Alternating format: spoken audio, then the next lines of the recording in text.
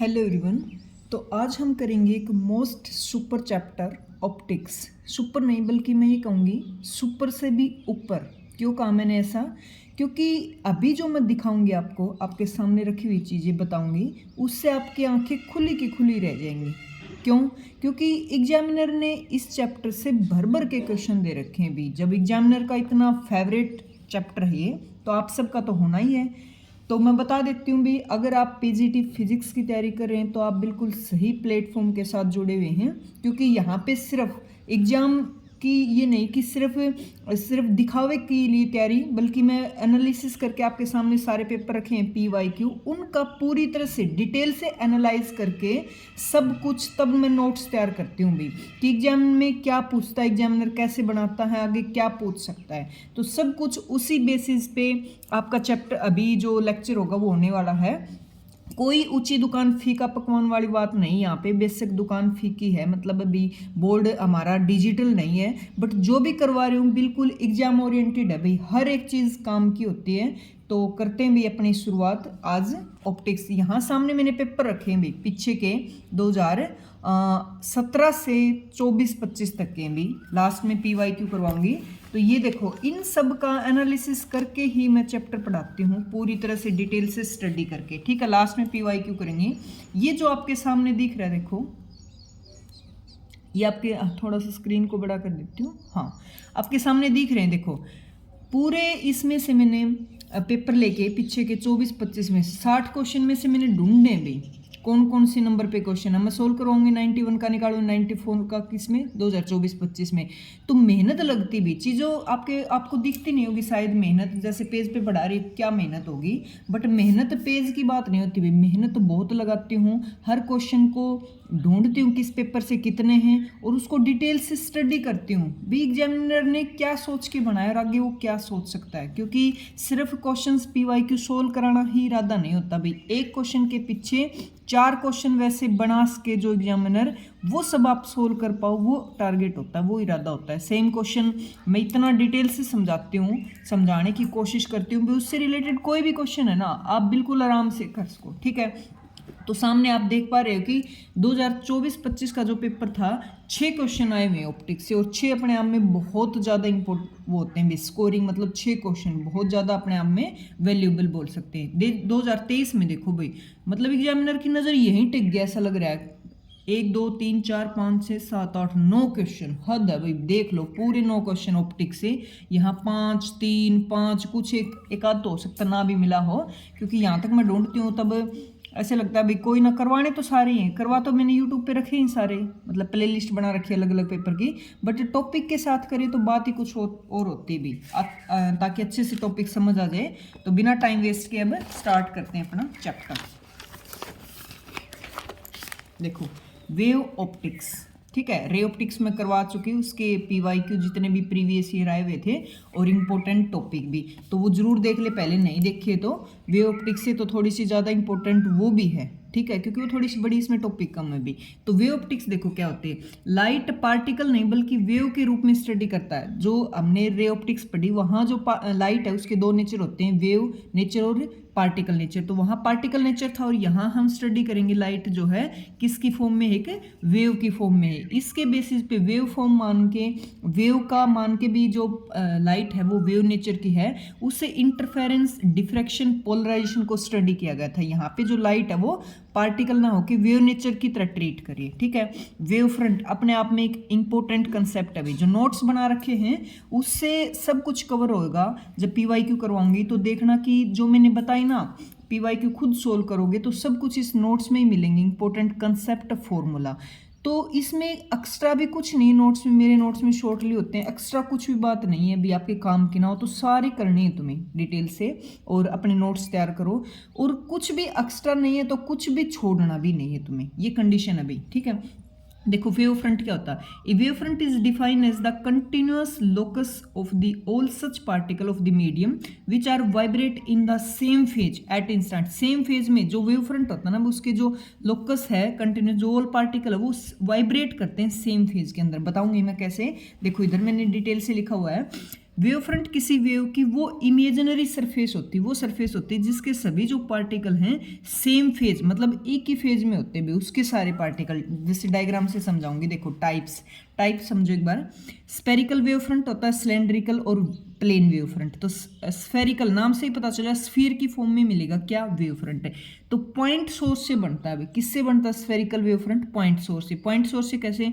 ये पॉइंट है जैसे मैंने दिखा रखा, तो इसके चारों तरफ जो वेव फ्रंट बनेगा वो ऐसे बनेगा। अब बात आती है भाई हम क्यों माने ये ऐसे बनेगा, कैसे बना होगा? रे और ये परपेंडिकुलर होते हैं, रे है ना इधर फ्लो करती है, तो वेव फ्रंट ऐसे स्फेरिकल होता है, इसके परपेंडिकुलर। बना कैसे? देखो एक पॉइंट सोर्स लिया, उससे वेव निकलेगी ऐसे, इधर से हर पॉइंट से वेव निकली ऐसे। तो वेव का जो क्रस्ट है, ऊपर वाला क्रस्ट, वेव ऐसे चलती है ना, तो ये क्रस्ट होता है, ये ट्रफ होता है। तो क्रस्ट के सभी पॉइंटों को मिला दो, ट्रफ के सभी पॉइंटों को मिला दो, ठीक है। इसीलिए बात की सेम प्लेन की, सारे पार्टिकल की सेम जो हम फेज लेंगे उसको मिलाना है। तो एक पॉइंट सोर्स से जो वेव फ्रंट निकलता है वो स्फेरिकल वेव फ्रंट निकलता है, ऐसे बना था भी, ठीक है। सिलेंड्रिकल कैसे बना? तो लाइन सोर्स से बनता भी। लाइन का मतलब हमने एक लाइन ले ली, और देखो एक लाइन ली तो हर लाइन बहुत सारे पॉइंटों से मिलकर बना है, और एक पॉइंट के लिए क्या होता है, स्फीयर की फॉर्म में होता है वेव फ्रंट, अगले पॉइंट के लिए फिर स्फीयर की फॉर्म में होता है, अगले पॉइंट के लिए फिर स्फीयर की फॉर्म में होता है। इस तरह से बहुत सारे स्फीयर मिल के क्या बनाते हैं कि सिलेंड्रिकल वेव फ्रंट। तो सिलेंड्रिकल वेव फ्रंट किससे बना? लाइन सोर्स से बनता है भी, मतलब एक लाइन होती है और लाइन के ऊपर हजारों पॉइंट सोर्स होते हैं। पॉइंट सोर्स का क्या होता है? स्फीयर होता है। तो इस तरह से सिलेंडर। अच्छा में ये क्वेश्चन पूछा गया है भाई, क्या? प्लेन वेव फ्रंट का, ठीक है। तो देखो एक पॉइंट सोर्स है, उसके ऊपर स्फेरिकल बने ऐसे, और ये स्फीयर जो बहुत बड़ा है, बहुत दूर से हम देखते हैं, तो बहुत बड़ा स्फीयर को दूर से देखेंगे तो एक लाइन की तरह, मतलब इतना हिस्सा में दिखेगा, और वो किसकी तरह ट्रीट करता है कि प्लेन की तरह, ठीक है। तो सेम वही कहानी भाई यहाँ पे, ठीक है। पेज मुड़ा हुआ, हाँ। प्लेन वेव फ्रंट बहुत दूर सोर्स से आने वाली वेव, मतलब दूर की बात करें तो हमें जो वेव फ्रंट दिखता है, रेज ऐसे आ रही हैं, तो ये प्लेन की तरह ट्रीट होता है। तो बहुत दूर सोर्स से आने वाली वेव से जो बनेगा वो क्या बनता है? प्लेन वेव फ्रंट, ठीक है। वेव फ्रंट और रे मैंने बता दिया कि दोनों आपस में होते हैं परपेंडिकुलर। यह स्टेटमेंट पूछा गया भाई प्लेन वेव फ्रंट बनता कैसे, दूर से देखिए हम, दूर के सोर्स से, ठीक है। हाइजन प्रिंसिपल देखो भाई, अपने आप में ये भी मोस्ट इंपॉर्टेंट है भाई। It is a geometrical method of locating the new position and shape of wavefront at an instant from the known position and shape at any other instant, ठीक है। ये कह रहा है भाई जो वेव फ्रंट होते हैं ना, एक पॉइंट से वेव फ्रंट बना, अब वो वेव फ्रंट हैं उनके ऊपर भी खुद के पॉइंट होते हैं और एक सेकेंडरी वेव फ्रंट तैयार करते हैं। प्राइमरी वेव फ्रंट तो जो अपने सोर्स से बना, और ये जो वेव फ्रंट बने, ये वाले बनने, इनके ऊपर भी खुद के पॉइंट होते हैं, वो वेव फ्रंट बनाते हैं जिनको बोलते हैं सेकेंडरी वेव फ्रंट। ये बताया था इसने, ठीक है। जैसे लिखा हुआ मैंने, वेव फ्रंट का हर पॉइंट एक सेकेंडरी सोर्स की तरह एक्ट करता है जो स्फेरिकल वेवलेट्स एमिट करता है। कैसे? Consider a spherical wave front moving toward right move करे, let A B its position at an instant. जैसे बोला कि यहाँ पॉइंट सोर्स था, इसके लिए वेव फ्रंट बने कौन से? स्फेरिकल, जो हम स्टडी कर चुके। अब ये स्फेरिकल बने ना वेव फ्रंट, ये तो प्राइमरी हो गए, और इनके ऊपर खुद के पॉइंट्स हैं जो क्या बनाएंगे, अगेन एक वेव फ्रंट बनाते हैं। तो ये बड़े, इनको बोलते हैं भी सेकेंडरी वेव फ्रंट, ठीक है। ये बताया था हाइजन प्रिंसिपल ने भी, वेव फ्रंट के ऊपर भी खुद ही मतलब सेकेंडरी वेव फ्रंट बनाते हैं, ऐसे बोल सकते हैं। अब वेव रेज के अंदर हम रिफ्लेक्शन और रिफ्रैक्शन के लॉ पढ़ चुके, तो वेव के अंदर भी लॉ होते हैं भी, बट हम ये कह रहे हैं देखो, law of reflection and refraction are the same in both theory. Both theory कौन सी? पार्टिकल नेचर और वेव नेचर में कह रहा है भाई रिफ्लेक्शन के लॉ और रिफ्रैक्शन के थे वो सेम है, but wave theory provide a better physical explanation using Huygens principle. पर ये कह रहा है वेव थ्योरी ना हाइजन प्रिंसिपल का यूज करके और एक्सप्लेन इसने बहुत अच्छे से किया है। अब हमें एक्सप्लेनेशन तो इसमें पीजीटी में काम नहीं है, क्योंकि वहाँ न्यूमेरिकल सोल्व करने कंसेप्ट आना चाहिए। जब समझ आ गया भाई लो सेम है, लो क्या कौन से थे, कौन से लो सेम है, देखो कैसे क्या लो दिए थे उसमें ही पढ़ा था हमने। लो ऑफ रिफ्लेक्शन क्या था, incident angle is equal to reflected angle बराबर होते हैं। ये वेव नेचर में भी, पार्टिकल नेचर में भी। प्रूफ जब देखना चाहो तो बुक में देख लेना भाई इसने किस तरह से हाइजन प्रिंसिपल का यूज करके निकाला ये था। अब जो निकाला रिजल्ट हमें उससे मतलब है, तो यहाँ थ्योरी में नहीं लेके चलूंगी। देखो लॉ ऑफ रिफ्रैक्शन क्या करवाया था इसने, sine i by sine r किसके इक्वल होता है, न्यू। न्यू क्या है, रिफ्रैक्टिव इंडेक्स, आई और r incident angle, reflected angle, ये उसने भी दिया था जिसको बोलते हैं स्नेल लॉ ऑफ रिफ्लेक्शन। ठीक है, फॉर्मूला देखो, न्यू रिफ्रैक्टिव इंडेक्स का फॉर्मूला होता है सी बाई वी। सी क्या है, speed of light in vacuum, we velocity मतलब स्पीड ऑफ या velocity of light in medium, ये मीडियम में है। और ये तो रिफ्रैक्टिव इंडेक्स का कोई यूनिट नहीं होता, कोई डायमेंशन फॉर्मूला नहीं होता, क्योंकि ऊपर भी सी स्पीड है और नीचे भी स्पीड। स्पीड से स्पीड कैंसिल। हाँ, ये बहुत बार एच स्टैट में आ लिया भाई, एच स्टैट में। ठीक है, क्या वेवलेंथ किसी मीडियम की निकालनी हो और वेवलेंथ अपने पास वैक्यूम की हो, तो मीडियम की निकालने के लिए वैक्यूम वाले को सीधा बस न्यू से क्या कर दो, डिवाइड कर दो। ठीक है, तो अपनी जो मीडियम है उसकी वेवलेंथ आ जाएगी। इसी तरह ऑप्टिकल पाथ निकालें वैक्यूम में निकालो या वैसे भी निकालो, मीडियम में निकालो ऑप्टिकल पाथ है, तो वैक्यूम में है उसको डिवाइड कर दो रिफ्रैक्टिव इंडेक्स से। ठीक है, अरे पाथ लेंथ को तो किसी और से रिप्रेजेंट कर दो, न्यू तो रिफ्रैक्टिव इंडेक्स हो गया ना, इसमें पाथ लेंथ निकालें, लिख दो डैश से। तो पाथ लेंथ है वो वैक्यूम में, मीडियम में निकालें तो उसको रिफ्रैक्टिव इंडेक्स से डिवाइड कर दोगे, तो वैक्यूम वाली कैसे निकलेगी, मीडियम वाले को रिफ्रैक्टिव इंडेक्स से क्या कर दोगे, मल्टीप्लाई कर दोगे। मैंने थोड़ा उल्टा लिख दिया, मतलब ये निकालो फॉर्मूला पता हो गया तो हम कोई भी निकाल सकते हैं। हाँ, फ्रीक्वेंसी ऑफ लाइट होती है ना, वो चेंज नहीं होती भी रिफ्लेक्शन और रिफ्रैक्शन के टाइम। ठीक है, फ्रीक्वेंसी हमेशा क्या रहती है, सेम। और फ्रीक्वेंसी एक मीडियम से दूसरे मीडियम जाते हैं ना, तो भी सेम रहती है। ठीक है, principle of superposition of wave देखो भाई, प्रिंसिपल ऑफ सुपरपोजिशन का नाम से ही पता चला, सुपरिम्पोज किया होगा, वेव्स को मिलाया होगा।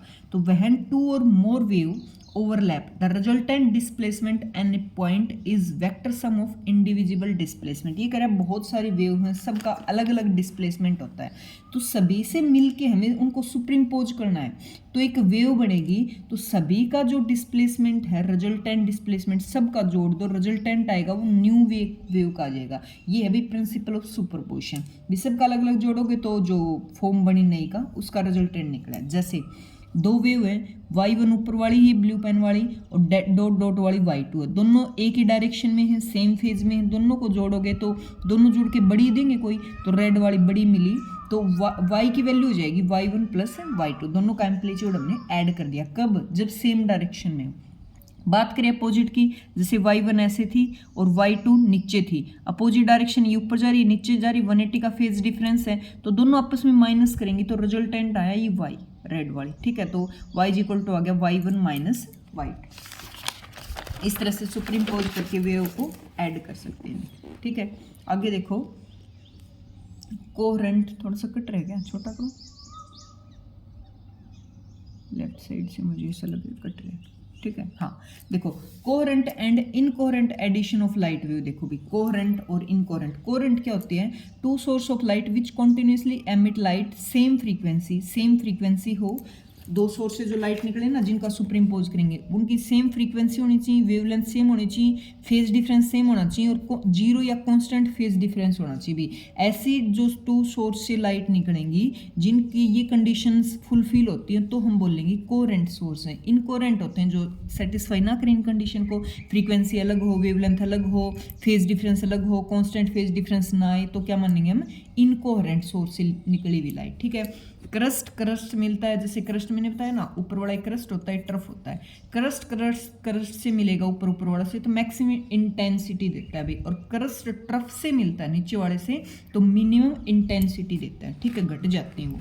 फॉर्मूला देखो इंटेंसिटी का, आई इक्वल टू क्या होता है, I1 प्लस I2 प्लस में 2 root of I1 I2 cos five है यहाँ पे फेज डिफरेंस भी, एक दूसरे से कितने एंगल से चल रही है, फेज मतलब एंगल भी, एक चल रही है वो दूसरे से कितने एंगल पीछे है, आगे सेम एंगल पे है। ठीक है, हाँ, तो इंटेंसिटी होती भी एम्पलीट्यूड के स्क्वायर के बराबर, भी एम्पलीट्यूड है उसका स्क्वायर कर दोगे, इंटेंसिटी आ जाती है। तो यहाँ से देखो एम्पलीट्यूड का फॉर्मूला क्या बने, ये स्क्वायर के बराबर है तो रूट लग जाएगा, तो a1 square plus a2 square plus में 2a1 a2 कोस फाइव, ये इंटेंसिटी का फॉर्मूला, ये एम्पलीट्यूड का है। एक का फॉर्मूला पता है तो दूसरे का आप आसानी से निकाल सकते हो इसके रिलेशन से। ठीक है, फिर आता है भाई most important topic young double slit experiment. क्या किया था इसने सुप्रीमपोज कराया था दो वेव का जो कोहेरेंट हो। कोहेरेंट देखो दो अलग अलग सोर्स लेते ना तो कोहेरेंट नहीं हो सकते भी, थोड़ा सा तो उसकी फ्रीक्वेंसी में, वेवलेंथ में, फेज में थोड़ा सा डिफरेंस हो ही जाता है, मिल ही जाता है। तो इसने क्या किया,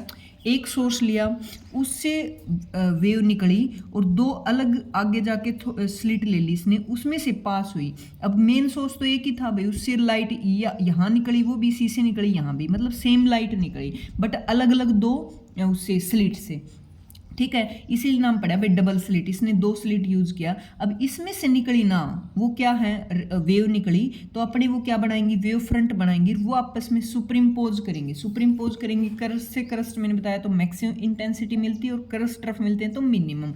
तो कहीं पे ब्राइट मिली लाइट, बैंड जो मिले स्क्रीन पे ब्राइट डार्क इस तरह से मिले भाई, किसमें, यंग डबल स्लिट एक्सपेरिमेंट।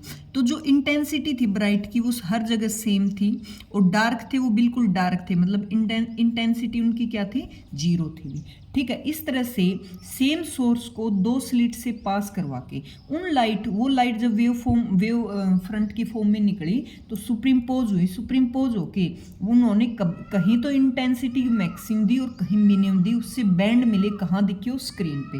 हाँ, जब न्यूमेरिकल सोल्व करेंगे तो स्लिट और जहाँ पे स्क्रीन लिया, जहाँ पे हमें वो देखने थे बैंड, तो उनका डिस्टेंस तो कैपिटल डी से लेंगे, ध्यान रखना। स्लिट ली, उनकी डिस्टेंस स्मॉल डी से लेंगे और जो लाइट है उसकी वेवलेंथ लैम्डा, ठीक है, ध्यान रखना। ये कैपिटल डी होती है स्क्रीन और स्लिट का बीच का डिस्टेंस और स्मॉल डी होती है दो जो हमने स्लिट ली, स्मॉल स्लिट, उनके बीच का डिस्टेंस, ठीक है। यहाँ देखो S1 S2 क्या है, इनके डिस्टेंस डी मैंने बता दिया और कैपिटल डी स्क्रीन की डिस्टेंस है भाई। Wave starting superimpose each other, जब इनसे निकलेंगी तो वेव है ना सुपरपोज होना स्टार्ट हो जाएंगी। ब्राइट एंड डार्क फ्रिंज मिलेंगे, इक्वल डिस्टेंस पे मिलेंगे। इक्वल डिस्टेंस का मतलब होता है भी जैसे ब्राइट और डार्क के बीच में उतना ही डिस्टेंस है जितना अगला डार्क और ब्राइट के बीच में, ठीक है। All bright interference band house same intensity, सब जो ब्राइट है उनकी जो इंटेंसिटी वो सेम है भाई, ठीक है, मतलब ब्राइटनेस सेम है। कंस्ट्रक्टिव इंटरफेरेंस होता है और एक डिस्ट्रक्टिव इंटरफेरेंस होता है। तो कंस्ट्रक्टिव होता है जब इंटेंसिटी मैक्सिमम मिले, तो इंटेंसिटी क्या होता है, एम्पलीट्यूड के स्क्वायर के बराबर। तो ये किसके इक्वल है, दोनों को जोड़ेंगे तो a प्लस बी का स्क्वायर किसके इक्वल देता है, ये भी स्टेट में आता भी क्वेश्चन। आई मैक्सिमम होता है दोनों के एम्पलीट्यूड को जोड़ के और स्क्वायर कर दो। आई मिनिमम होता है डिस्ट्रक्टिव इंटरफेरेंस देता है, तो इंटेंसिटी मिनिमम मतलब दोनों को माइनस करो, माइनस होते होंगे क्योंकि एक ट्रफ है एक क्रस्ट है अपोजिट डायरेक्शन में, तो माइनस होंगे, तो उनका कर दो स्क्वायर। स्क्वायर क्यों किया, क्योंकि एम्पलीट्यूड का स्क्वायर क्या होता है, इंटेंसिटी होता है, ठीक है। क्वेश्चन क्या आ रहे हैं भाई, क्या है क्वेश्चन पीछे भी, तो एक क्वेश्चन बनता है यंग डबल स्लिट एक्सपेरिमेंट से फ्रिंज विड्थ में। भाई फ्रिंज विड्थ कैसे निकाले, तो टू कंजुगेटिव ब्राइट फ्रिंज या टू कंजुगेटिव डार्क फ्रिंज। भाई एक ब्राइट से दूसरा ब्राइट जैसे मैंने बता रखा, और एक डार्क से दूसरा डार्क। देखो दो डार्क के बीच में एक ब्राइट आता है और दो ब्राइट के बीच में एक डार्क आता है, तो ब्राइट से ब्राइट की बात करूँ, डार्क से डार्क की बात करूँ, उसको बोलते हैं फ्रिंज विड्थ। और उसका फॉर्मूला होता है, दोनों के लिए सेम होता है भाई, क्योंकि ये इक्वी डिस्टेंस पे हैं दोनों भाई, सारे ब्राइट और सारे डार्क भी। तो डार्क से डार्क पूछे या ब्राइट से ब्राइट पूछे, ये फॉर्मूला लगाना, बीटा पूछे बीटा डैश पूछे, लैम्डा डी बाई डी, ठीक है। तो लैम्डा पहले ये डी लेना, D by small D, capital D ऊपर होता है स्मॉल डी नीचे होता है। कौन है कैपिटल डी बता चुकी मैं, ठीक है। नोट, ये फॉर्मूला है डार्क टू डार्क या ब्राइट टू ब्राइट का। अगर पूछे थर्ड मैक्सिमम बनाओ भाई, ये सेंटर का है फिर डार्क आया, फिर ब्राइट फर्स्ट आया, फिर डार्क आया, फिर सेकंड ब्राइट आया, इस तरह से थर्ड मैक्सिमा या थर्ड ब्राइट पूछे तो क्या निकालने भाई, उसकी विड्थ बताओ। तो फॉर्मूला होता है, पाथ डिफरेंस बोलते हैं इसको, अन लैम्डा डी बाई डी। किसके केस में, मैक्सिमा के केस में, ब्राइटनेस के केस में अन लैम्डा डी बाई डी। अगर थर्ड की पूछ रहे तो उनकी वैल्यू क्या हो जाएगी, 3।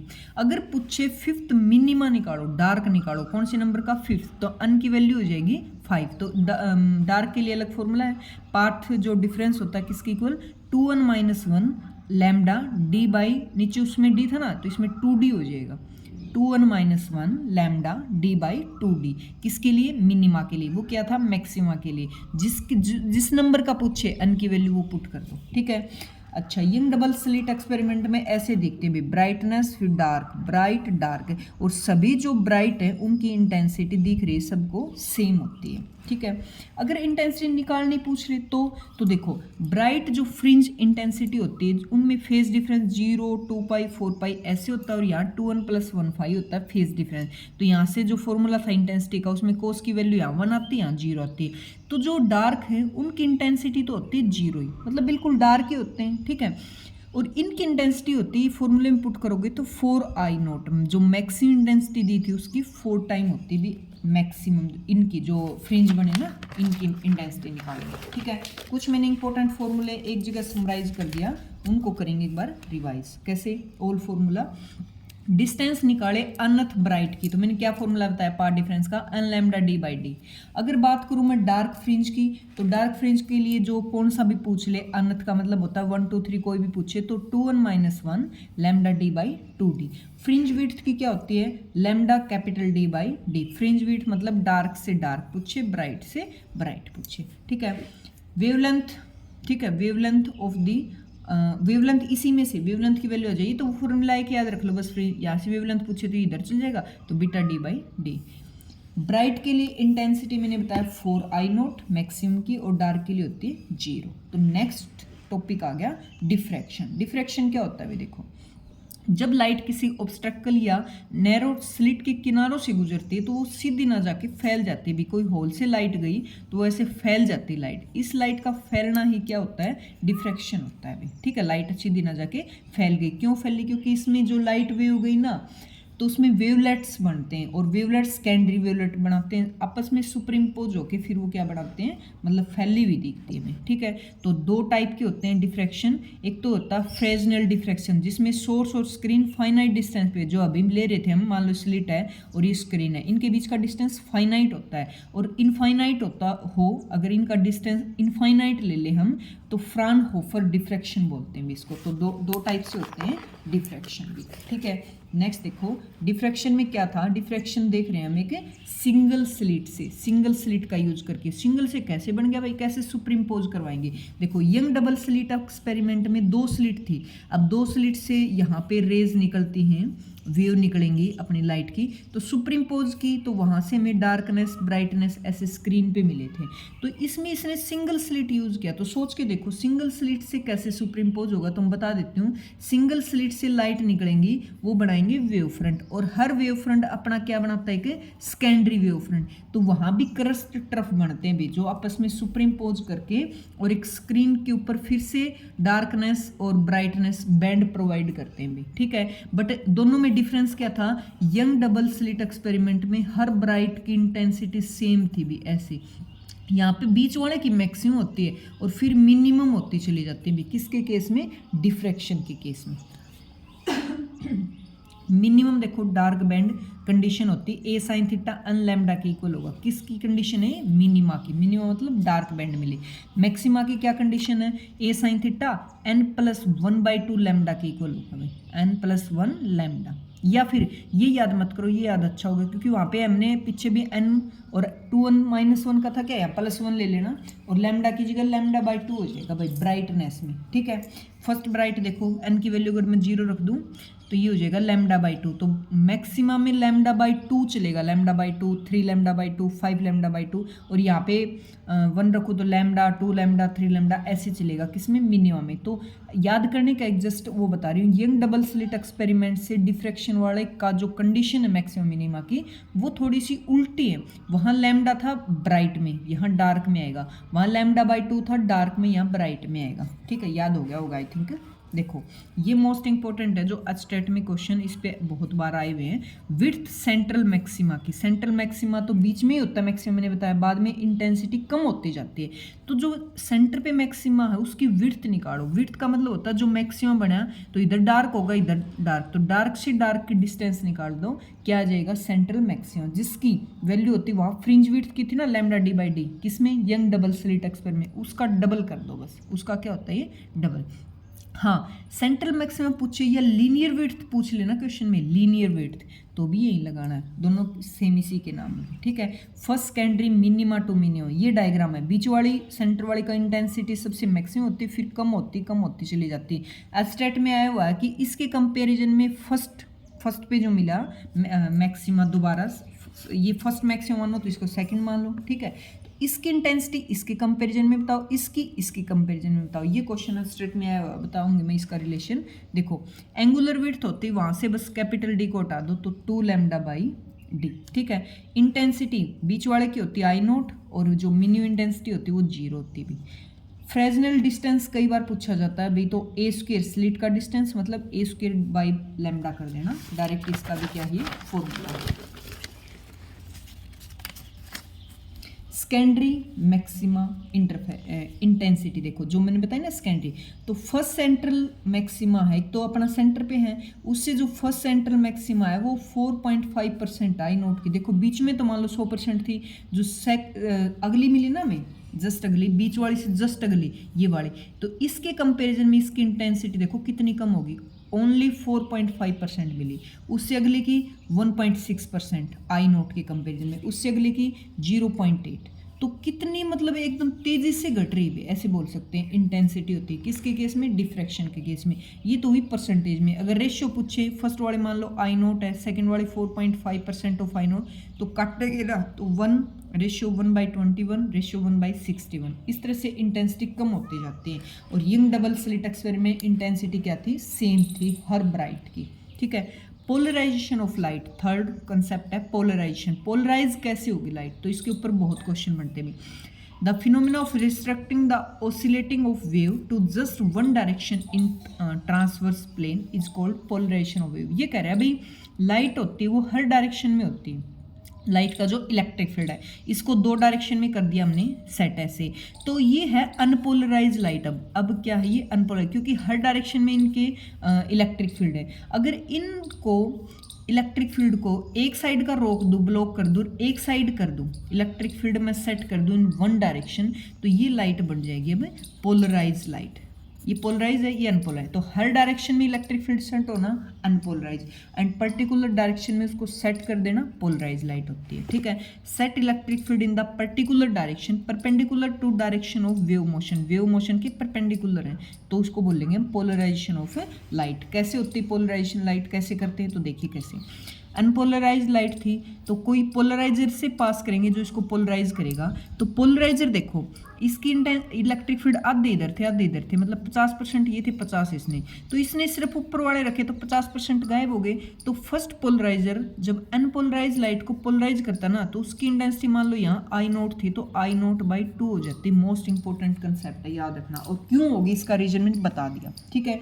क्योंकि ये 50% इधर वाले थे इलेक्ट्रिक फील्ड, उसको उसने रिमूव कर दिया, ब्लॉक कर दिया, आने ही नहीं दिया, सिर्फ एक डायरेक्शन आगे आई है, तो 50% हिस्सा आ गया है, तो इंटेंसिटी भी क्या होगी? फर्स्ट वाले की जो अनपोलराइज लाइट है उसकी होगी हाफ।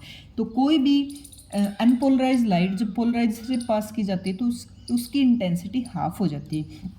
फिर ऐसे क्वेश्चन बनते हैं भी आगे एक और पोलराइजर है, फिर क्या होगा? अब क्योंकि पोलराइज तो हो चुकी, तो ये क्या करेगा? एक माल्स लॉ बोलते हैं, तो आगे कितनी इंटेंसिटी पास होगी वो इस पे डिपेंड करती है। आई यहाँ से निकले आई इंटेंसिटी, वो किस पे डिपेंड करेगी? यहाँ वाली इंटेंसिटी रखो आई नोट, या आई नोट बाई 2 है ना, तो इसकी वैल्यू यहाँ आई नोट बाई 2 रखने। आई नोट लिया मैंने, पीछे से कितनी intensity I? Cos square theta. Theta किसके बीच का एंगल है? इस पोलराइजर और इस पोलराइजर के एक्सिस के बीच का एंगल, ठीक है। हाँ, फेज डिफरेंस का फॉर्मूला होता है, फेज डिफरेंस 2π/λ इनटू में path difference. Most important formula भी, काफी क्वेश्चन बने हुए इसके ऊपर। फेज डिफरेंस का फॉर्मूला होता है 2π/λ इनटू में पाथ डिफरेंस। पाथ होता है एक वेव कितनी से आगे चल रही, मान लो एक यहाँ चल रही है, एक यहीं है और एक यहाँ है, तो कितने आगे चल रही वो तो होता है इसका पाथ डिफरेंस, मतलब लेंथ कितने आगे। फेज होता है ये चल रही है और ये चल रही कितने एंगल से, एक मान लो ऊपर चल रही है एक नीचे, तो 180 उसका फेज डिफरेंस हो गया। तो एंगल का मतलब होता है फेज डिफरेंस, और लेंथ एक आगे चल रही है एक पीछे चल रही है तो वो होता है पाथ डिफरेंस, ठीक है। थीटा जब 0 हो, थीटा 0 किसकी बात करी? इसकी पोलराइजर, भाई इसकी एक्सिस भी ऐसे हैं और इसकी एक्सिस भी ऐसे हैं, तो थीटा हो 0 और कोस 0 1 होता है, तो मैक्सिमम इंटेंसिटी पास होती है। थीटा हो 90, इसकी एक्सिस ऐसे हैं और इसकी एक्सिस ऐसे हैं, दोनों के बीच में 90 एंगल है, तो कोस 90 0, तो इंटेंसिटी 0, मतलब इसने सारी ब्लॉक कर दी जो वेव आई पीछे से उसका, ठीक है। कुछ भी डाउट्स हो ना तो पूछ लिया करो भाई, हर कमेंट का मैं रिप्लाई करती हूँ। और कमेंट कंपलसरी है, लाइक करना वीडियो कंपलसरी। मैं बता रही हूँ ना भाई, जितनी मेहनत तुम्हें दिख रही है उससे बहुत ज़्यादा होती है मेहनत यहाँ, क्योंकि मैं चीज़ें ऐसे प्रोवाइड नहीं करती बस नोट्स बना लिए पढ़ा दिया ना। मैं सिर्फ PYQ के बेसिस पे ही नोट्स तैयार करती हूँ भी, अपने शॉर्ट नोट्स उनको समझाती हूँ। और क्वेश्चन सारे ये नहीं कि मतलब मेरा ये होता है बस एक क्वेश्चन उठाया उसको सोल्व करके आंसर तक पहुँचना ना, उसके पीछे का कंसेप्ट समझाना भी। उसके दाएं बाएं ऊपर नीचे का कोई क्वेश्चन आ जाए तो आप आराम से आसानी से सोल्व कर सको, ठीक है। और आज की वीडियो में लास्ट में एक इंपॉर्टेंट टॉपिक पे बात करूँगी भी, उसका रिप्लाई भी जरूर करना। आज तुम्हें 2 कमेंट्स करने, एक तो अपनी क्लास का और एक जो मैं पूछूंगी तुमसे उसका, ठीक है। जरूर आई होप आप कोऑपरेट करेंगे इस चीज़ के लिए, क्योंकि आपका जो फीडबैक होता है ना वो मेरे लिए मोटिवेशन का काम करता है भी। मैं उतना अच्छा ही कंटेंट लेके आने की कोशिश करती हूँ और लेके भी आती हूँ भी। नेक्स्ट है बूस्टर लो, ठीक है। When unpolarise light is incident at polarise angle, ये कह रहा है एक ऐसे एंगल से, बूस्टर एंगल बोलते हैं, एक अनपोलराइज लाइट को जब हम इंसिडेंट करते हैं बूस्टर एंगल से, ठीक है, पोलराइज एंगल नाम दिया, ऑन द इंटरफेस सेपरेट कर रखा एयर मीडियम, बाहर एयर अंदर मीडियम है जिसका रिफ्रैक्टिव इंडेक्स न्यू है, then the reflected light is fully polarise. तो ये कह रहा है अभी देखो दोबारा समझो, बाहर एयर है अंदर कोई मीडियम लिया, इसके सरफेस पे कोई भी लाइट इंसिडेंट की, ठीक है, बूस्टर एंगल से, तो जो रिफ्लेक्टेड लाइट होगी ये अनपोलराइज थी वो कंप्लीटली पोलराइज होगी। तो कहने का भाव ये बूस्टर एंगल से इंसिडेंट की हुई लाइट अनपोलराइज से क्या बन जाती है, रिफ्लेक्ट होके पोलराइज बनती है। ये कंप्लीटली पोलराइज कर देता है लाइट को बूस्टर एंगल से, ठीक है, जब उसको इंसिडेंट करोगे। तो रिफ्रैक्टिव इंडेक्स जो इसका लिया हमने उसका बूस्टर एंगल के साथ रिलेशन है क्या, mu is equal to 10 IP। IP क्या है, बूस्टर एंगल जो हमने इंसिडेंट किया, ठीक है, और 10 के साथ देखेंगे न्यू रिफ्रैक्टिव इंडेक्स है। एक और है भाई फॉर्मूला इंपॉर्टेंट, अगर दो I1 I2 दो इंटेंसिटीज हैं लाइट की फ्रॉम 2 स्लिट जिनकी विड्थ दे रखी है W1 W2, तो इंटेंसिटी और एम्पलीट्यूड का तो हम पढ़ चुके कि एम्पलीट्यूड का स्क्वायर किसके इक्वल होता है, इंटेंसिटी के। तो I1 I2 का रेशियो W1 W2 के इक्वल होता है जो कि विड्थ है भी, ठीक है, ये भी देख लेना।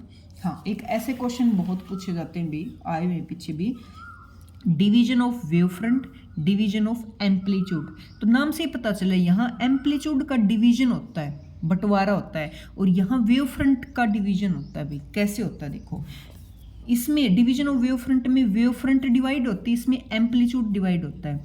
एक सोर्स अस से वेव निकलती है, S1 S2 से पास हुई, तो वेव का जो वेव फ्रंट है अस से निकला और 2 में हुआ तो वेव फ्रंट हो गया डिवाइड। कहाँ डिवाइड होके चलेगा, कुछ हिस्सा S1 में चलेगा, कुछ हिस्सा S2 में। वो वहाँ से निकलेंगे S1 S2 से निकलेंगे, फिर इंटरफेस करेंगे। समझो एक सोर्स था, उससे वेव निकली S1 S2 में, दोनों में पास होना था, तो ये सोर्स अपना वेव फ्रंट बनाएगा, तो इसके वेव फ्रंट 2 हिस्सों में बंटवारा हो गया, यहाँ चले गए कुछ यहाँ चले गए, तो जो वेव फ्रंट का डिवीजन हुआ उसको बोलते हैं डिवीजन ऑफ वेव फ्रंट। अब यहाँ से निकलेंगे और फिर करेंगे इंटरफेस, और डिफ्रैक्शन इंटरफेरेंस जैसे हमें फिनोमिनाज देते हैं भी, ठीक है। अच्छा, डिवीजन ऑफ एम्पलीट्यूड क्या हुआ, तो फिर एम्पलीट्यूड का डिवाइड होता है, लाइट मिरर पर पड़ती है भाई, मिरर पे लाइट पड़ी, रिफ्लेक्ट हुई और कुछ ट्रांसमिट हो गई, मतलब रिफ्लेक्ट हुई ट्रांसमिट हुई, तो उससे क्या हुआ, उसका एम्पलीट्यूड डिवाइड हो गया, फिर दोनों अब वहाँ पे ट्रांसमिट होके वापस आई और दोनों आपस में मिलते हैं, फिर भी इंटरफेस इसमें भी होता है, ठीक है, इसमें भी सुपरिम्पोज होता है वेव्स का, बट यहाँ पे एम्पलीट्यूड का डिवाइड होके सुपरिम्पोज करते हैं, यहाँ वेव फ्रंट का डिवाइड होके सुपरिम्पोज होता है, ठीक है। यहाँ सिर्फ इंटरफेरेंस होता है, इसके अंदर क्या मिले, वेव फ्रंट आपस में मिलेंगी तो डिफ्रैक्शन भी देते हैं, इंटरफेरेंस भी देते हैं। यहाँ सिर्फ क्या होगा, इंटरफेरेंस होता है, सुपरिम्पोज होता है दोनों वेव्स का, ठीक है। आगे देखो, जैसे इसके example young double slit experiment हमने किया, एक सोर्स लिया, 2 से निकली तो वेव फ्रंट का डिवीजन हुआ, तो फिर आपस में सुपरिम्पोज हुआ था, तो किसका डिवीजन हुआ यहाँ पे, वेव फ्रंट का। तो यंग डबल स्लिट एक्सपेरिमेंट, ठीक है, लियार्ड मिरर या फ्रेजनेल बाई प्रिज्म, तीनों के अंदर वेव फ्रंट का डिवीजन होता है, जिसमें स्लिट मिल जाए, शॉर्ट में लिखा मैंने slit, prism, mirror, prism mirror slit use हो, डिवीजन ऑफ वेव होता है वहाँ पे, ठीक है। रिंग फिल्म प्लेट यूज हो, डिवीजन ऑफ एम्पलीट्यूड होता है, जैसे न्यूटन रिंग से, थिन फिल्म है, ठीक है, मिचेल्सन इंटरफेरोमीटर है, ठीक है, इस तरह के फिनोमिनाज में भी।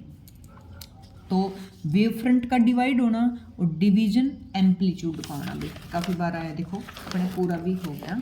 ये मैंने क्वेश्चंस लिखे हुए भी PYQ। PYQ में बता चुकी स्टार्टिंग में ही, भर भर के क्वेश्चन आए हुए हैं। देखो कितनी लाइन लगा रखी क्वेश्चंस की, 6 9, ठीक है 6 क्वेश्चन। तो इनकी रखेंगे हम स्पेशल एक वीडियो सभी की। ये वीडियो बिल्कुल देखना मत भूले भी, क्यों?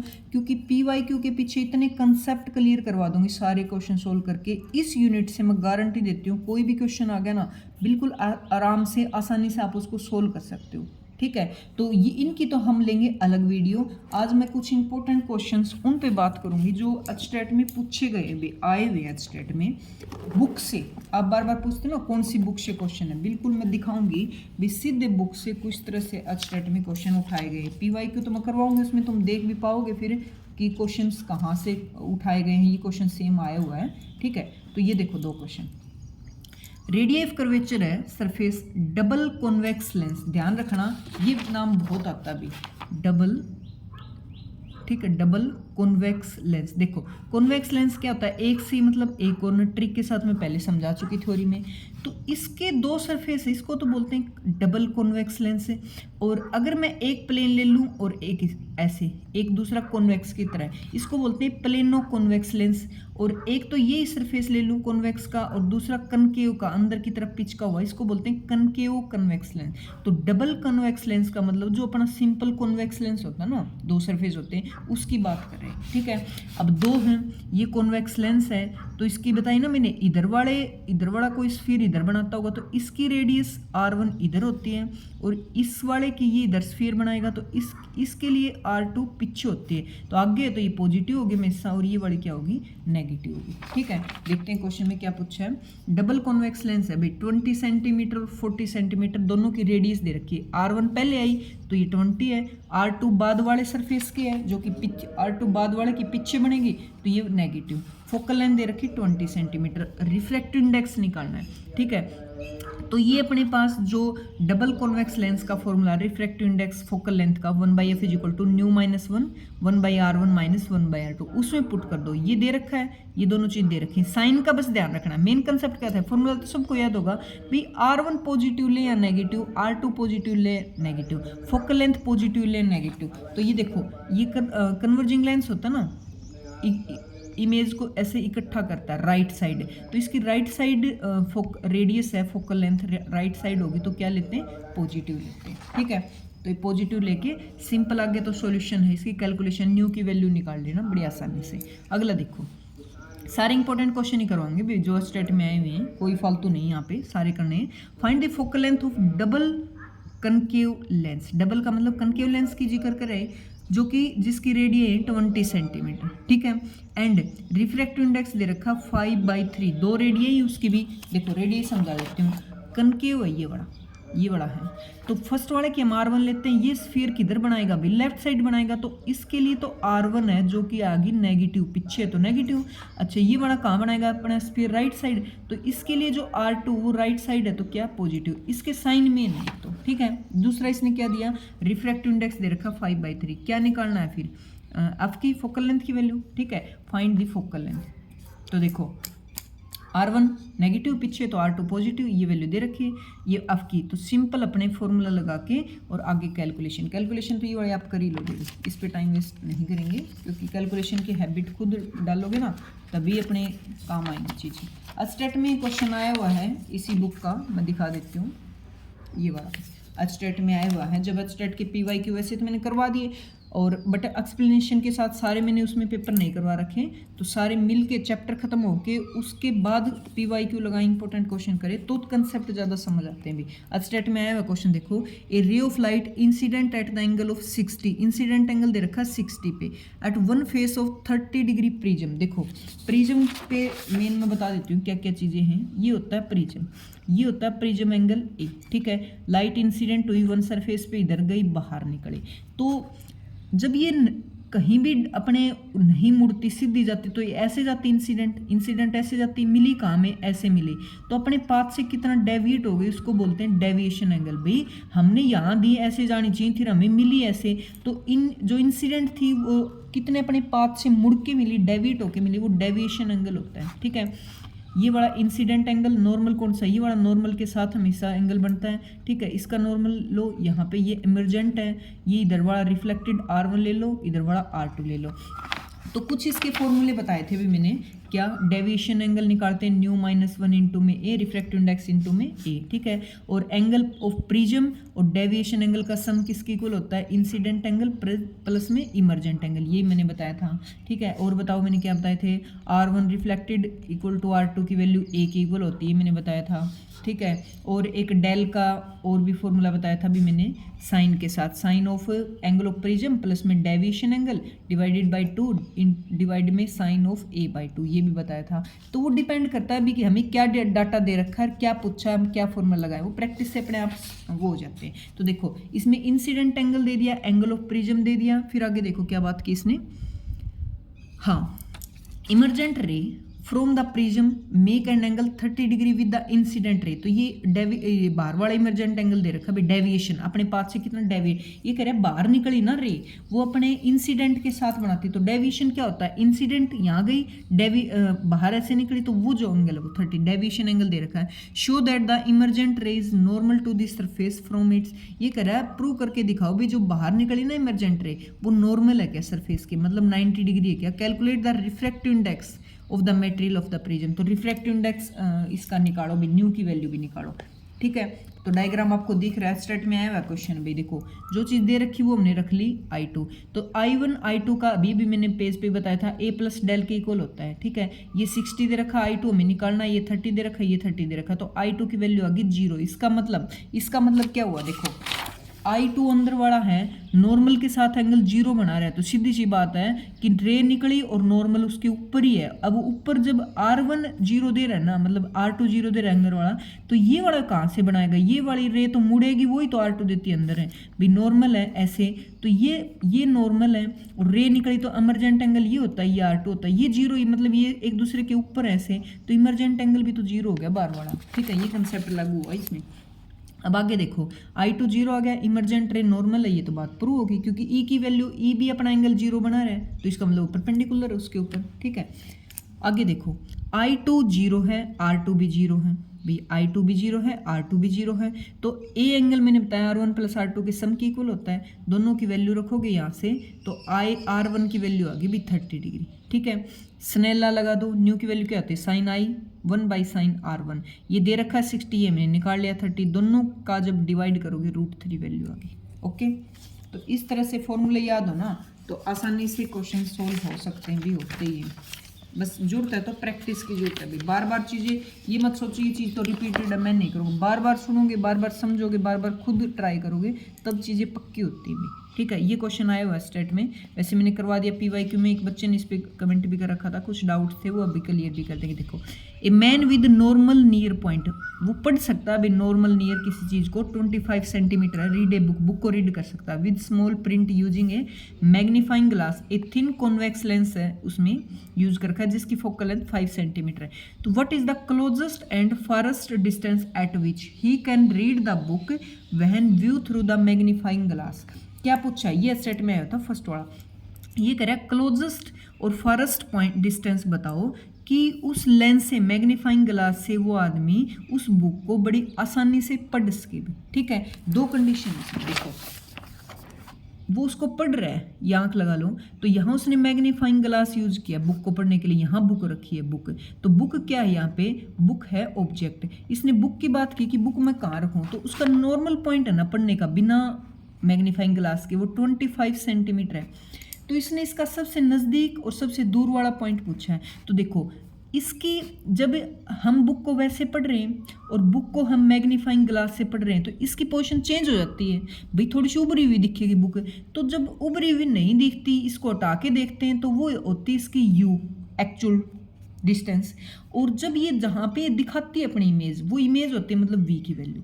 तो इसकी वैल्यू पूछिए V की कहाँ कहाँ रख सकते हैं, एक तो इसने बताया बिना लेंस के वो 25 पे आसानी से पढ़ सकता है, अभी वहाँ रखनी है हमें तो पोजीशन जहाँ पे दिखे बुक को आसानी से पढ़ सके, तो एक तो V की वैल्यू -25 सेंटीमीटर नियर वाली लेनी है हमें।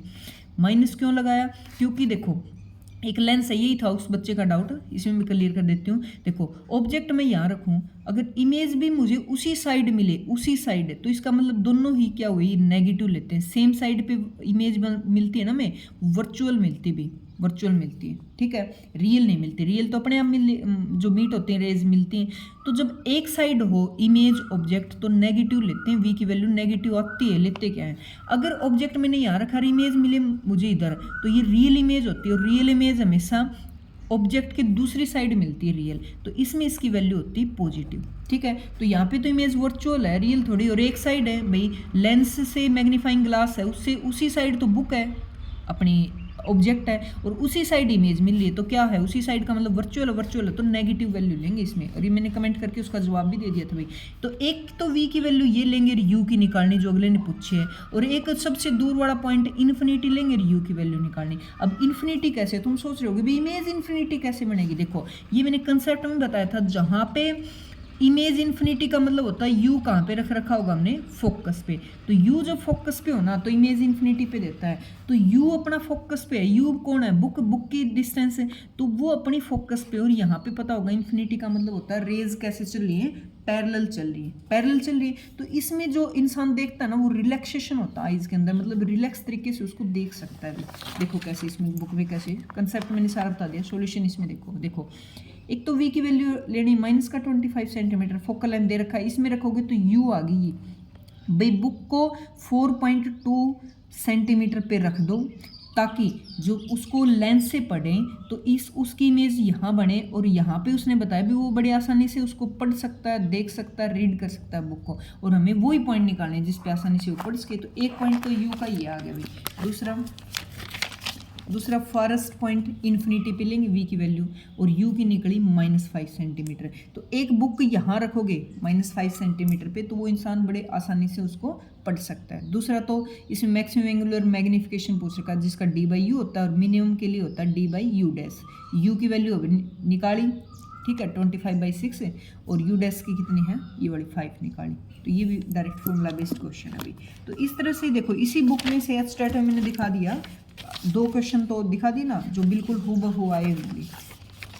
देखो ये बड़ा light wave from 2 coherent source जिसकी इंटेंसिटी दे रखी है 81:1 में, प्रोड्यूस इंटरफेरेंस प्रोवाइड कर रहे, प्रोड्यूस करे। Calculate the ratio of maximum minimum interface. Maximum पूछा है, मैक्सिमम की इंटेंसिटी की मैंने फॉर्मूला बताया था ना, आई मैक्स क्या होते हैं, दोनों का एम्पलीट्यूड होता है, उसको ऐड करके और स्क्वायर कर दो, क्योंकि इंटेंसिटी का फॉर्मूला होता है एम्पलीट्यूड का स्क्वायर। और ये मिनिमा कब देता है, मिनिमा होती है दोनों को माइनस, भाई माइनस करेंगे एक दूसरे को तो मिनिमा देते हैं। तो देखो ए की और बी की तो वैल्यू दे ही नहीं रखी, इन्होंने क्या दे दिया, इंटेंसिटी का रेशियो दे रखा है। तो रिलेशन हमें पता है, इस तक पहुंच सकते हैं। क्या रिलेशन पता है, इंटेंसिटी 1:2 का रेशियो a² / b² एम्पलीट्यूड के स्क्वायर के बराबर होता है। तो इसका रेशियो दे रखा है 81/1, तो इसकी वैल्यू a/b का स्क्वायर रूट ले लो, दोनों साइड स्क्वायर कट जाएंगे, ये बन गया 9, ये बन गया 1। तो यहाँ से a का b का आपस में रिलेशन आ गया भाई।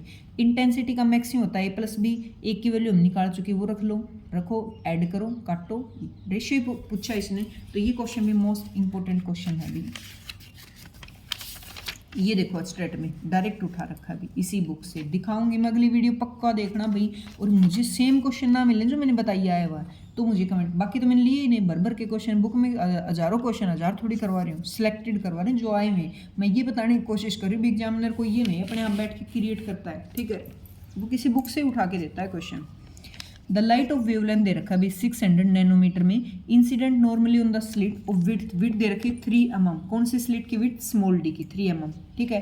Calculate the linear width of central maxima, किसका केस है, डिफ्रैक्शन का, सिंगल स्लिट वाला, ठीक है।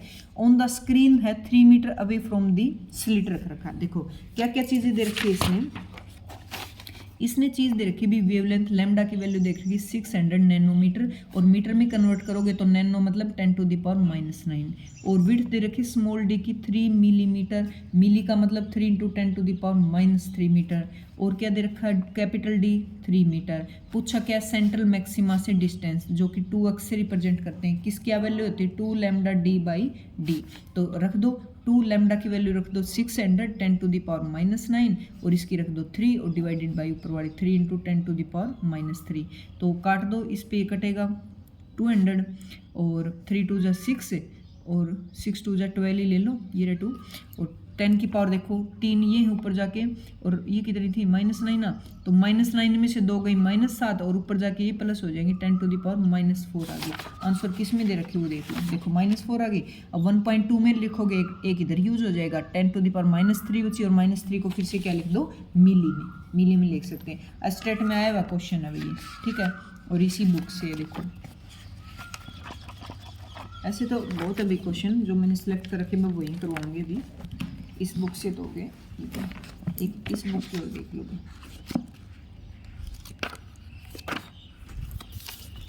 हाँ, ये स्टेट में आया हुआ क्वेश्चन अभी, इसमें ये वाला,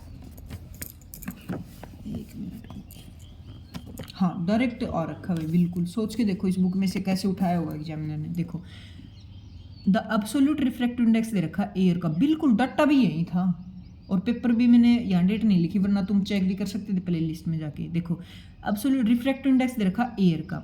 वेवलेंथ ऑफ येलो लाइट की बात करें, जो वैक्यूम में वेवलेंथ ये है, find the thickness of air column which will contain one more wavelength of yellow light than the same thickness of vacuum. ये क्या कह रहा है, देखो पता है क्या कह रहा है, एक तो है वैक्यूम की बात करें, थिकनेस वही वैक्यूम की, और एक एयर की बात करें बट थिकनेस उतनी है जितनी इसकी है, टी थिकनेस मान लो तो टी इसकी है। तो एयर की बात करें तो रिफ्रैक्टिव इंडेक्स एयर का ज़्यादा होता है, जो कि इसने दे रखा 1.003 ये वाला, तो सीधी सी बात है रिफ्रैक्टिव इंडेक्स ज़्यादा, तो इसमें वेवलेंथ मतलब शॉर्ट पाथ लेके एक वेवलेंथ ज़्यादा होंगी। तो इसने पूछा यहाँ जो वेवलेंथ है मान लो 5 है तो यहाँ 4 मिलेंगी। इस एयर वाले में वेवलेंथ है ना, और वैक्यूम वाले में से इससे इसमें एक वेवलेंथ ज़्यादा है, ठीक है। तो ये थिकनेस कितनी ये निकालने, तो देखो यहाँ वेवलेंथ लैम्डा है मान लो एयर में, तो इसके लिए मैंने मीडियम के लिए क्या बताया था, वेवलेंथ जो वैक्यूम में उसको किससे डिवाइड कर दोगे, इसका रिफ्रैक्टिव इंडेक्स दे रखा उससे।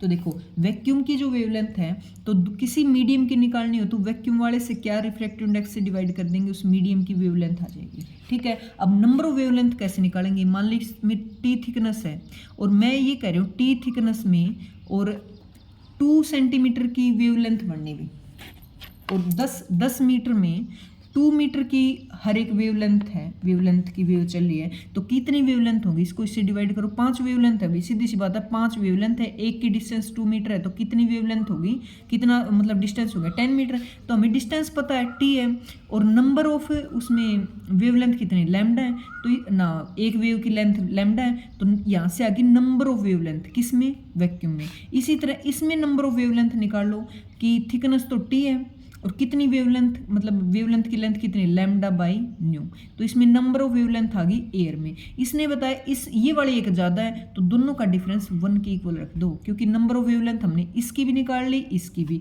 इसने बताया इसमें एक ज़्यादा है तो दोनों का डिफरेंस 1 के इक्वल रख दो, आ जाएगा आंसर, ठीक है। इसने कैसे कर रखा, देखो वेवलेंथ दे रखी है वैक्यूम में, तो मीडियम में क्या हो जाएगी, वैक्यूम वाले को न्यू से क्या कर दो, डिवाइड कर दो, आगे ना। थिकनेस टी मान ली वैक्यूम में, अनवेव उसमें, और अगले में थिकनेस तो बराबर दी एयर में भी टी, तो उसमें एक ज़्यादा है तो इसमें अनवेव चले तो उसमें n+1 वेव चलेंगी, ठीक है। फर्स्ट वाले में नंबर ऑफ वेवलेंथ निकालोगे, पूरी थिकनेस को एक वेवलेंथ की लेंथ से डिवाइड कर दो, नंबर ऑफ वेवलेंथ आ गई ये। दूसरे में निकालो एयर वाले में ये आ गई, दोनों का डिफरेंस क्या दे रखा है, 1 दे रखा है, तो मतलब कहने का ये है कि इसमें एक जोड़ेंगे तो इसके इक्वल है, जोड़ दिया, ये दोनों का डिफरेंस 1 के इक्वल रख दो, बात तो सेम ही है, ठीक है। अब देखो मेन मकसद था हमारा टी की वैल्यू निकालना, कैलकुलेशन से टी की वैल्यू आ गई 2 मिलीमीटर, डाटा भी सेम है, अभी मैं दिखाऊंगी ना अगली वीडियो में 1.0003 उसमें इसका रिफ्रैक्टिव इंडेक्स है, और जो वेवलेंथ दे रखी 6000 अंगस्ट्रम, सेम यही डाटा मिलेगा, ठीक है। तो डायरेक्ट स्टेट में क्वेश्चन उठाया हुआ है इस बुक से भी। अगला देखो, रेशियो ऑफ इंटेंसिटी है मैक्सिमा मिनिमा का, वो 9:25 दे रखी है, और रेशियो विड्थ निकालनी, विड्थ का रेशियो निकालना, इंटेंसिटी विड्थ का तो बराबर ही होता है। तो देखो मिनिमा टू मैक्सिमम दे रखा, मिनिमा किसके इक्वल होता है, ये आर और के फॉर्म में मत लेना, मिनिमा किसके इक्वल होता है, a-b का स्क्वायर, मैक्सिमम किसके इक्वल होता है, a+b का स्क्वायर, ठीक है। इनको ये स्क्वायर रूट हटाओगे तो मतलब स्क्वायर रूट कर दो, स्क्वायर हट जाएगा, इससे कट जाएगा, इसका स्क्वायर रूट हो गया 3/5। यहाँ से a-b की वैल्यू निकालो और उससे अपना एम्पलीट्यूड आ जाएगा a1 b1 की वैल्यू, ये r1 ऐसे ही दे रखा है, तुम अपने हिसाब से लेना ना। मेन फॉर्मूला होता है ये वाला, इसकी बात करेंगे बात, ठीक है। तो ये भी क्वेश्चन इंपॉर्टेंट है अभी। और देखो हाँ स्टेट में डायरेक्ट सेम डाटा का वो क्वेश्चन फिर दिखाऊंगी भाई, बिल्कुल मतलब उसने अपना ये भी चेंज नहीं कर रखा भाई, जो एंगल वगैरह हैं कुछ भी। देखो 3 आइडेंटिकल पोलराइज्ड यूज करके पोलराइजर P1 P2 P3 तीन यहाँ पे, फिर क्या कर रहे हैं उनके ओरिएंटेशन कैसे, देखो P2 एंड P3 60 डिग्री पे हैं और एंड 90 डिग्री। फर्स्ट वाले के साथ बात करें, मतलब फर्स्ट और लास्ट 90 डिग्री पे हैं, ये ऐसे तो ये ऐसे हैं इसकी एक्सिस, और फर्स्ट टू 60 डिग्री पे एंगल बना रहे हैं विद रिस्पेक्ट टू P1 के साथ एंगल दे रखे हैं।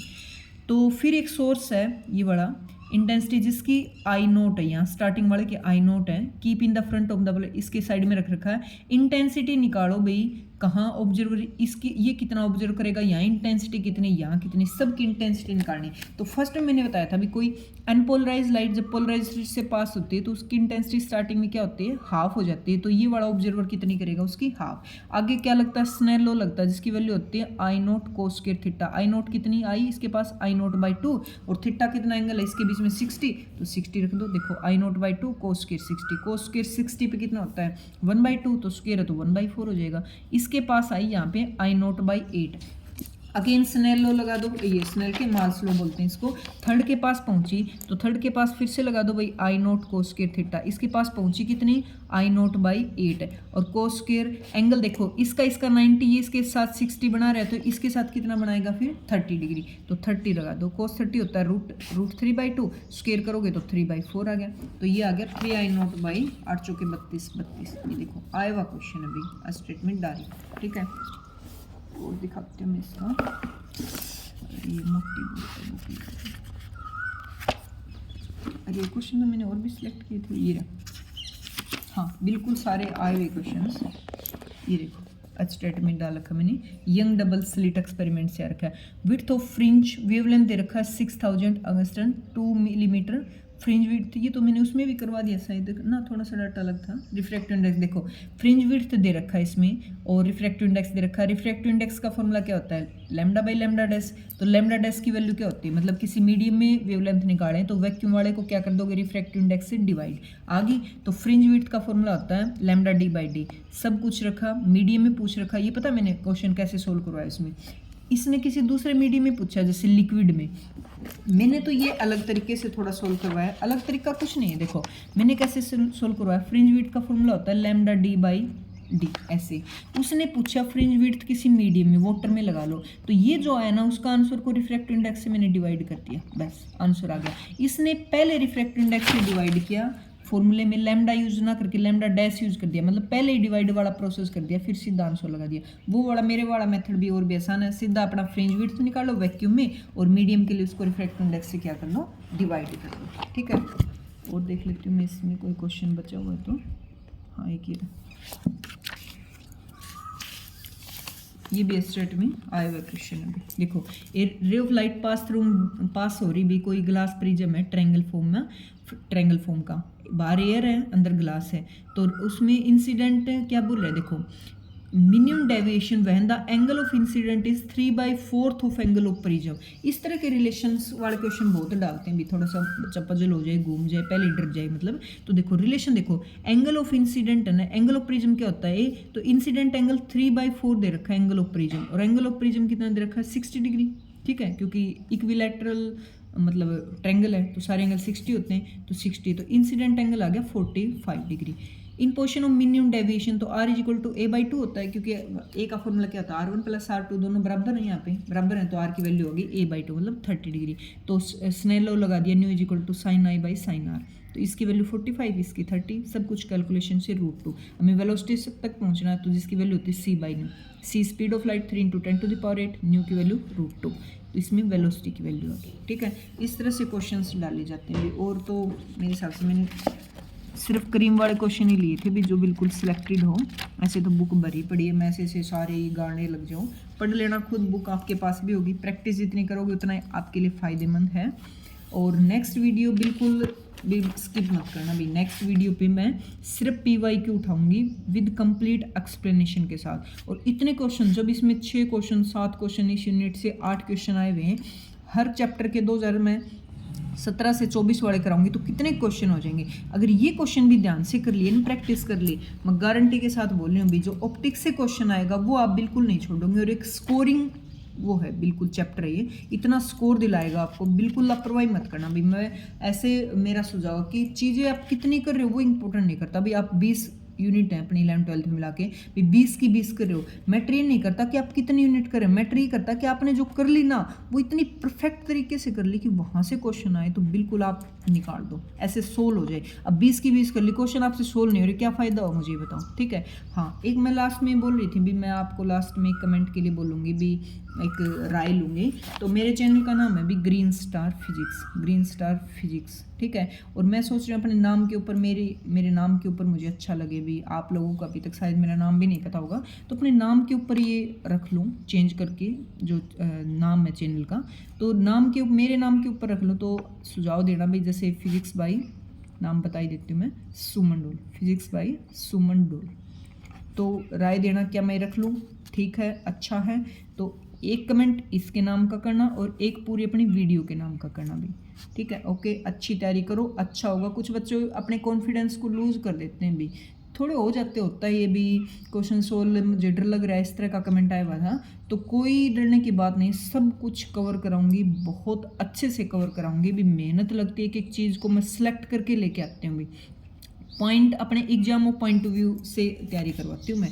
तो कॉन्फिडेंस बिल्कुल अच्छा हो जाएगा। 15 दिन और मान के चलो, 15 दिन और बिल्कुल मुझे फॉलो करो, प्रैक्टिस करो। फिर उसके बाद ये नहीं कि फॉलो मत करो, उसके बाद मैं कह रही हूँ इतना कॉन्फिडेंस आ जाएगा, आपको लगने लगेगा भी पेपर में कुछ भी आ जाए मैं सोल्व करवा दूँ। प्रैक्टिस अपनी बिल्कुल, स्टेट है ना अपना, कब का है तुम्हारा स्टेट, 4 जुलाई का, वहाँ तक सीरीज़ ऐसे चलेगी, इतना परफेक्ट करवाऊंगी चीज़ों को कि आपको पेपर देने जाओगे ऐसे सोचोगे कुछ भी आ जाओ भाई। फिजिक्स में तो मुझे फुल लेना, बाकी में पता नहीं कितने आएंगे, फिजिक्स में बहुत अच्छा स्कोर होगा, और ये गारंटी के साथ मैं बोल रही हूँ, ठीक है। तो 2 कमेंट होंगे हर बच्चे के, और वीडियो को लाइक जरूर कर देना भाई, लाइक करने में कटौती करते हो आप लोग। तो ओके, बाय बाय।